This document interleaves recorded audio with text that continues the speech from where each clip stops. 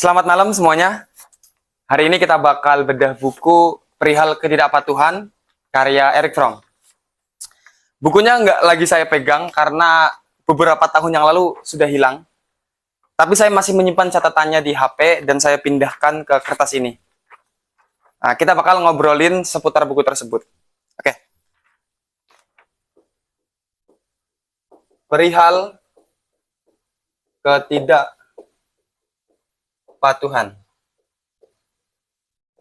Erich Fromm membuka buku ini dengan sebuah fakta bahwa ternyata sedari kecil masyarakat telah mendoktrin kita bahwa kepatuhan merupakan sebuah kebajikan dan sebaliknya ketidakpatuhan merupakan hal yang berdosa, hal yang buruk, dan seterusnya.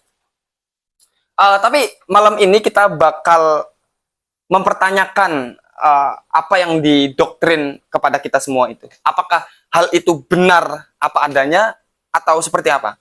Pertama, kita bakal melakukan tinjauan historis yang kita bisa lihat catatannya dalam sejarah bahwa peradaban umat manusia selalu dimulai dari pembangkangan. Pembangkangan atau ketidakpatuhan. Indonesia bisa mencapai kemerdekaannya melalui pembangkangan yang konsisten dilakukan oleh Soekarno, Bung Hatta, Tan Malaka, dan seterusnya. Revolusi Prancis bisa pecah sebab hal yang serupa, yaitu pembangkangan. Bahkan ada mitos Yunani yang mengatakan bahwa peradaban umat manusia bisa diperoleh melalui pembangkangan Prometheus terhadap Zeus yang mencuri api para dewa untuk diberikan kepada manusia. Jadi dulu api itu hanya dimiliki oleh para dewa, tetapi Prometheus sebagai Titan membangkang para dewa, lalu mencuri apinya dan diberikan kepada manusia. Nah, berkat api tersebut, manusia bisa mencapai peradaban hingga hari ini. Begitu kata mitologi Yunani. Dan bahkan kalau kita bisa tarik lebih jauh lagi, dalam teologi Abrahamik, kita bisa menyaksikan bahwa peradaban umat manusia dimulai dari diciptakan dan diturunkannya Nabi Adam dan Siti Hawa. Dan dalam kacamata beberapa intelektual Muslim, itu dipandang sebagai sebuah bentuk pembangkangan yang melahirkan peradaban. Adam dan Hawa diciptakan oleh Tuhan, lalu ditempatkan di tempat yang bernama surga yang kita kenal tuh. Salah satu cendekiawan Muslim yaitu Ali Syariati memandang ini peristiwa diturunkannya Nabi Adam dan Hawa ke bumi karena memakan buah kuldi bukanlah sebuah bentuk hukuman, melainkan sebuah bentuk pelantikan manusia menjadi manusia. Sebab apa? Tuhan telah memberikan manusia sebuah privilege yang bernama kebebasan tuh, salah satu diantaranya. Nah, kebebasan itu hanya aktif bila ada sebuah pilihan. Nah, masalahnya di surga nggak ada pilihan. Pilihannya hanya kenikmatan tuh. Bukan pilihannya, tapi yang ada hanya kenikmatan, sehingga tidak ada pilihan. Maka kebebasan pun tidak bisa aktif. Sehingga rasa-rasanya kalau Tuhan memberikan privilege berupa kebebasan itu, pastinya memberikan wahana permainannya tuh. Memberikan wahana permainan yang mana manusia bisa mengaktifkan kebebasan itu. Nah, makanya sejak awal memang manusia diciptakan sebagai khalifah fil ard, khalifah di muka bumi. Artinya diturunkannya Nabi Adam dan Siti Hawa dalam konteks ini bukanlah sebuah bentuk hukuman, tapi sebuah bentuk pelantikan manusia menjadi manusia karena dia bisa mengaktualisasikan dirinya dengan sepenuhnya. Melalui apa? Melalui apa hal tersebut bisa terjadi pelantikan itu? Melalui pembangkangan Nabi Adam dan Hawa kepada Tuhan yang telah mengatur bahwa tidak boleh makan buah kuldi, tapi Nabi Adam makan buah kuldi. Sebetulnya itu bisa dilihat sebagai sebuah grand design yang dibuat oleh Tuhan itu sendiri. Jadi pembangkangan yang dilakukan oleh Nabi Adam itu sebetulnya adalah desain yang telah dibuat oleh Tuhan itu sendiri. Bahkan dalam pandangan orang-orang Yahudi, ya itu merupakan sebuah bentuk penghapusan harmonisme semu Karena manusia tinggal di surga, merasakan keharmonisan yang luar biasa, tapi tidak aktif akalnya, tidak aktif kebebasannya, maka diturunkanlah ke ke dunia, begitu kan. Nah, dalam cara pandang teologi Abrahamik, dalam cara pandang teologi Abrahamik, clear di sana bahwa peradaban umat manusia lahir melalui diciptakan dan diturunkannya Nabi Adam dan Siti Hawa. Melalui apa? Melalui pembangkangan. Itu. Nah, itu jelas kan? Nah, akhirnya kita bisa lihat bahwa ternyata ketidakpatuhan itu bukan sepenuhnya sebuah tindakan yang berdosa. Justru ketidakpatuhan, pembangkangan itu sendiri merupakan instrumen manusia untuk melahirkan peradaban. Itu buktinya. Soekarno dan kawan-kawan memerdekakan Indonesia melalui pembangkangan, begitupun revolusi Prancis, begitupun dalam teologi agama-agama Abrahamik, ya kita bisa mencapai peradaban yang luar biasa hari ini di muka bumi berkat pembangkangan Nabi Adam dan Siti Hawa. Tuh. Bahkan dalam mitologi Yunani sekalipun. Itu. Nah, kemudian tapi kalau memang seperti itu, lantas kenapa kita sulit untuk melakukan sebuah ketidakpatuhan, untuk melakukan sebuah bentuk pembangkangan?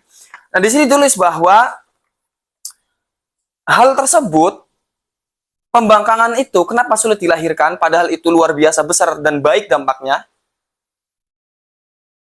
Itu sulit dilakukan karena doktrin sepanjang sejarah yang selalu ada. Apa doktrinnya? Itu tadi yang saya sebutkan di awal, bahwa sedari kecil kita diberi doktrin oleh masyarakat bahwa kepatuhan adalah sebuah kebajikan dan sebaliknya ketidakpatuhan adalah sebuah dosa.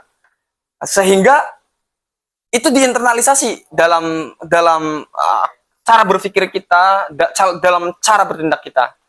Itu. Dan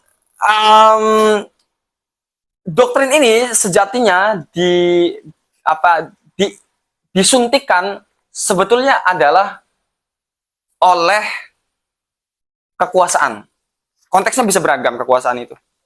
Supaya apa? Supaya status quo yang berpihak kepada dia tidak runtuh. Bentuknya bisa berbagai macam. Bisa pemerintah, bisa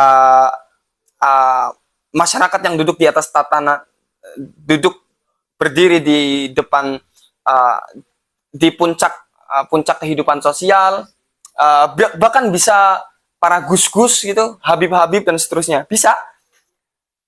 Karena kalau doktrin itu tidak disampaikan bahwa kepatuhan merupakan sebuah kebajikan, maka pembangkangan niscaya terjadi dan status quo yang berpihak pada mereka akan runtuh. Itu. Kemudian how to make kepatuhan tuh, bagaimana cara membuat kepatuhan. Nah, salah satu diantaranya adalah menanamkan rasa takut.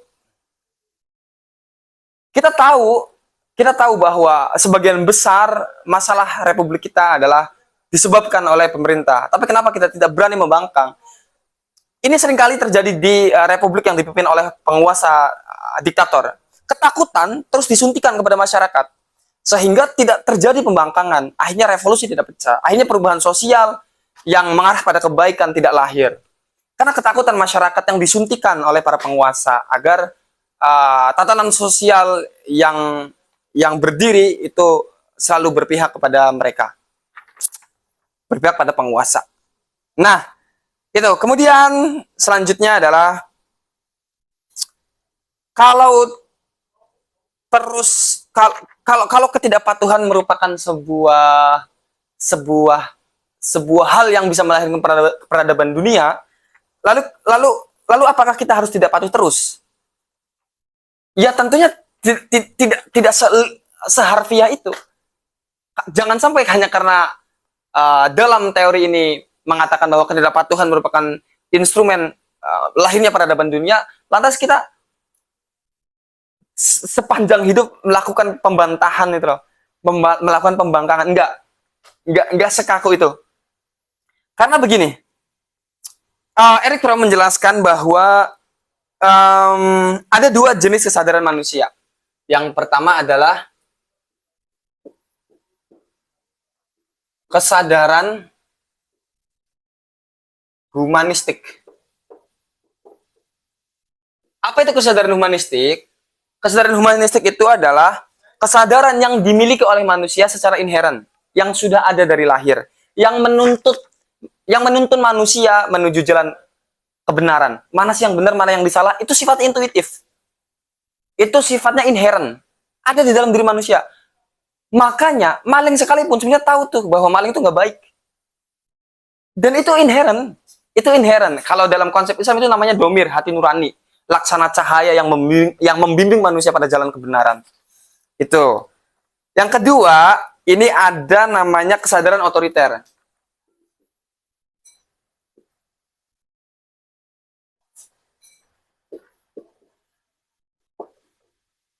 Kesadaran otoriter ini lahir akibat indoktrinasi yang dilakukan oleh masyarakat. Misal masyarakat bilang bahwa keluar malam tuh nggak baik bagi perempuan, ya itu indoktrinasi yang disuntik oleh masyarakat bahwa laki dan cewek itu nggak boleh kumpul siang hari atau sore hari dan seterusnya. Nah itu indoktrinasi yang dilakukan oleh masyarakat. Itu disebut kesadaran otoriter, dan itu membentuk cara kita berpikir dan cara bersikap juga. Nah, masalahnya kesadaran otoriter ini punya dua bagian. Yang pertama adalah kesadaran otoriter yang rasional. Kedua, kesadaran otoriter yang irasional. Kesadaran otoriter yang rasional itu adalah suntikan doktrin yang diberikan masyarakat untuk membentuk suatu nilai yang mana nilainya bagus. Dan memang kita harus turuti. Seperti apa? Relasi antara guru dan murid. Guru dan murid. Guru bilang bahwa gak boleh ribut sembarangan di dalam kelas. Ketika kelas sudah dimulai, maka perhatikan pelajaran yang dilangsungkan. Itu relasi yang rasional. Dan itu harus dituruti, gak boleh membantah. Karena apa? Untuk kebaikan kita sendiri tuh. Yang kedua, itu kesadaran otoriter yang irasional.